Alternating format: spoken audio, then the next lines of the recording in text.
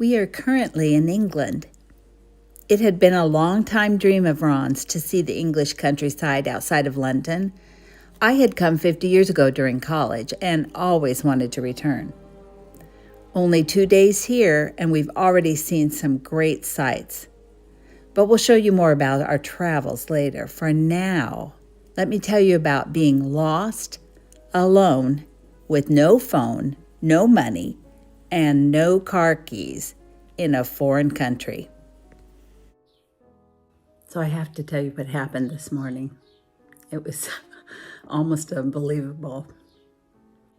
I woke up about 7:15 and Ron was saying to me that I made a big spill of coffee in the kitchen and there are no paper towels, no anything to clean it up with. I've got to run to the store right now. And even in my sleepy state, I thought, this is not a good idea. We're in England. I'm the navigator. Anyway, he left. And I got up about 10 minutes later because I heard a knock on the door and I thought, oh, he's back, because it was a very close store. We had been there the night before and I thought he knows where he's going. So I thought, oh, he left his key or something, so I'll let him in. Well, I get up in my nightgown. It was the guy who we've home exchanged with. But anyway, I'm poking my head around the door with my nightgown on. And he said, we're running to the hospital because his wife had broken her hand the day before. And so they had been at the emergency last night when we arrived, and they were going back to the hospital because she had to get her hand set. So they were leaving. So I started getting ready. And pretty soon I thought, well, where is Ron? I mean, he hasn't come back yet. It's half an hour later and the store was only, 0.2 of a mile away. So I thought, oh dear, he's lost. And finally I thought, let me look him up on, I think it's called Find Me or Find My. It's on the iPhone and I should see where he is. And I looked and it showed that he was here. And I thought, oh no. I looked around, sure enough, there was his phone. And I started looking further and there was his wallet sitting by his bed. So he had run out without his wallet or his phone. And so a half an hour went by and an hour went by. And I'm thinking, why hasn't he called me? Why hasn't he found somebody that has a phone to call me? So I started searching around, found a phone number for the store and called the store. And of course you have to go through hoops because you can't get a person. I think I had to pretend to be a contractor to get to the store. But anyway, they didn't know what I was talking about. They had not heard of a guy that was from the US. And so anyway, I finally thought, okay, I have an extra key to the house. I'm gonna go outside, lock the door, and try to find somebody. I knew that the people next door who are home exchanging with us were not there because they were at the hospital. So I found some people walking. I asked the lady how to call the police. So of course I had to tell her the whole story. And by this time, it's probably an hour and a half. And I'm starting to freak out a little bit. Anyway, I called the police very calmly. And of course I called the emergency line. So they were like, we can't tell you if there have been any accidents or anything because that's an invasion of privacy. So if you don't find him, you're going to have to call back on the regular line and file a missing persons report. So it's 9:30 now. That was 7:15 when he left. I just got a call. A few minutes after calling the police, I just got a call and it was from Ron and he was at a police station. And he said, I'm so lost. I didn't know where I was. I don't know where I'm staying. I don't know the name of the place. I don't know how to get there.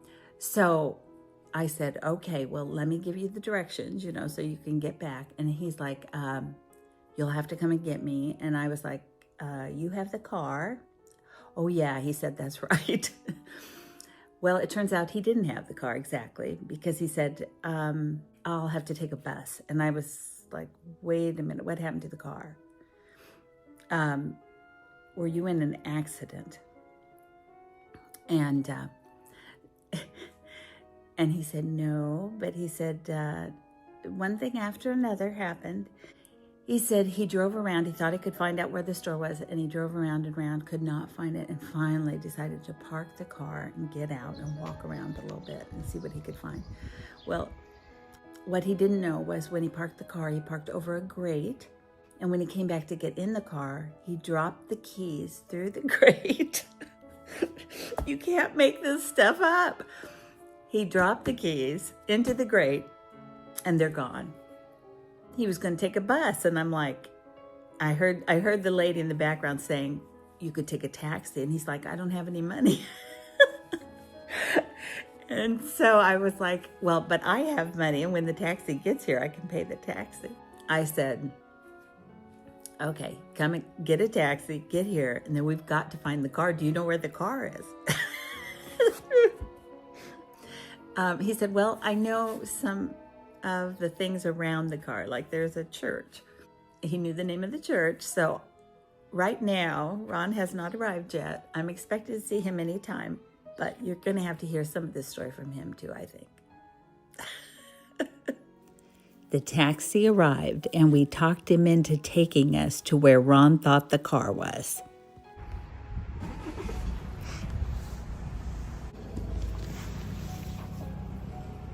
Can't see it, but it fell straight down there.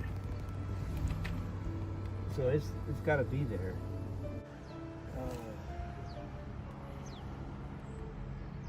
At least the door was unlocked. Yeah, the car was unlocked. Yeah. Looking at a beaten man.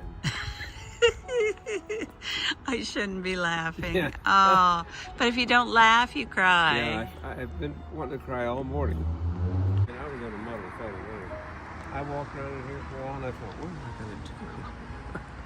I think that was a water pot. You're not supposed to put hot water. Well, I don't know what it was. It was anyway, for hot water. Here's the update. I found something to clean it up with that was right there in the kitchen. What? So it's all cleaned up. Oh, a dish rag and some towels. And not just my old underwear? Well, anyway, that was the first thing that happened. So then I thought, I've got to go find someplace to buy paper towels because I couldn't find anything to use. So I thought I knew the way to that store we went to last night. And I was incorrect. I drove and drove. I got lost. I kept driving. And in this place, it's so hard to pull off somewhere. It's so busy. I couldn't find any place to pull off, and I didn't know where I was. And then I realized, that's when I finally pulled off someplace and realized I didn't have my phone or my wallet. So I couldn't even call. And I was just getting more and more frantic and just driving. So finally pulled into this street right up here, saw this church, pulled there, and parked the car and walked around here a minute and all these didn't open until 8. This is before 8. It was like 7:30 or so. So I came back down toward the car. The keys fell out of my hand, and I was parked right over a grate. I saw the keys just disappear down that grate. And I wanted to yell, scream, cry all at the same time. And I just stood there motionless and saw the keys disappear. Oh, what an awful feeling. So now I'm totally lost. I have no idea where I am. I don't have the keys to the car. They're gone. I have no money. There's no wallet.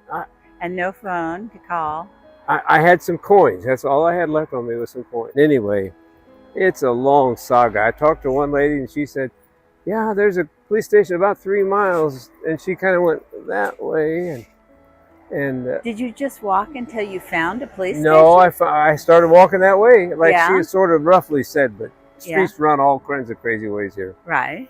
So I was going down here to the light and down that way, and I came across a lady putting some oil and gas in her car or something at her apartment.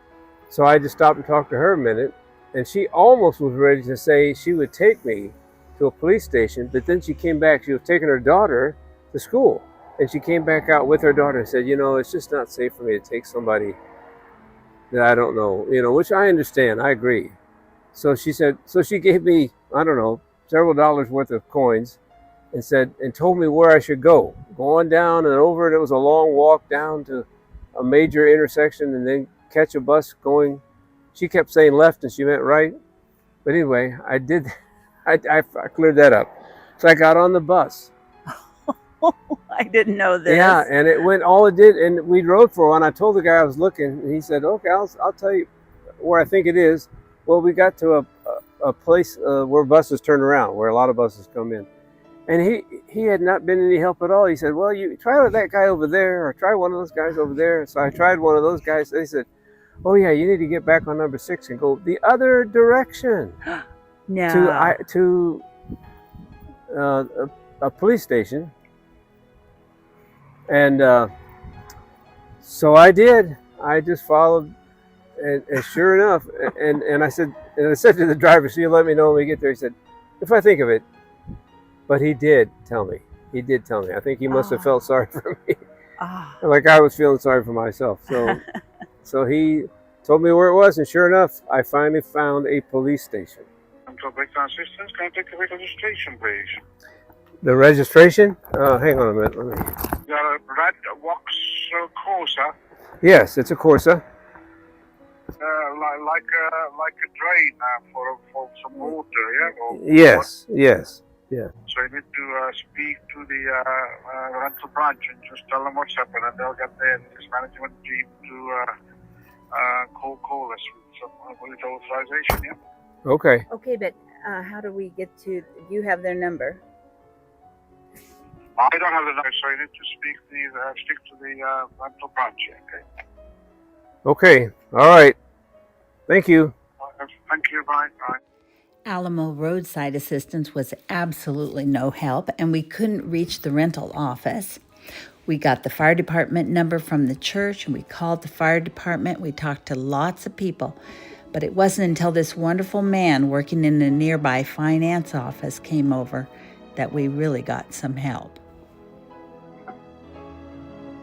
Ron's recent knee replacement had really made him unable to help as well, but Ben kept at it until he found the keys. Oh my goodness. It had been an extremely emotional and exhausting ordeal for Ron. Lost, alone, with no phone, no money, no car keys, in a foreign country. But we cannot thank those who helped us enough. Thanks for watching.